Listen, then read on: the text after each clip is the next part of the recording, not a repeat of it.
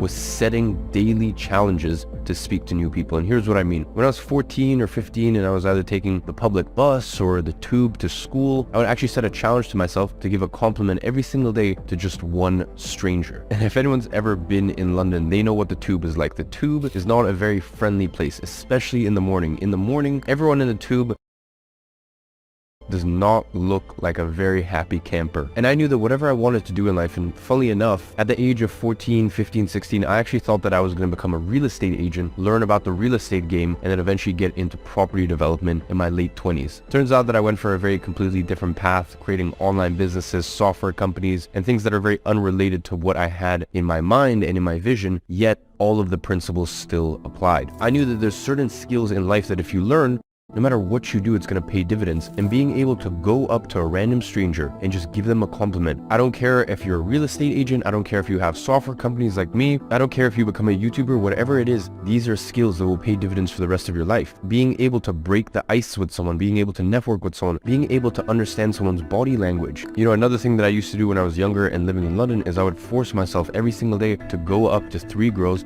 and just say hello. No pressure on what it is that I said or getting their number or anything like that, but just say hi and introduce yourself. And you know what? Maybe they're busy. A rejection and failure helped me to then go on and start my first business, which was actually an advertising agency. I had that business for 6 years, and it's what made me my first few $1 million that I was then able to then go on and multiply, build my wealth with, and also build my other companies with. So whatever social challenge you set for yourself tomorrow, just set something. I mean, what is the worst that could happen if you go up and you just compliment someone? I mean, imagine the blasphemy. How dare you go up and just give someone a compliment? You know, you should really be scared. I mean, what if after you give them a compliment, they punch you or something like that? Obviously, you guys know that I'm joking here, but that's the way that a lot of people's minds work. People are scared. People walk around life on eggshells, scared to interact with the people they want to interact with, scared to network with the people they want to network. And listen, we all understand that you miss 100% of the shots that you don't take. So if you can develop the skill from a young age to just engage. I mean, if you're someone who's naturally introverted, and here's the funny thing, most people don't know this, but I am naturally introverted. I get my energy from being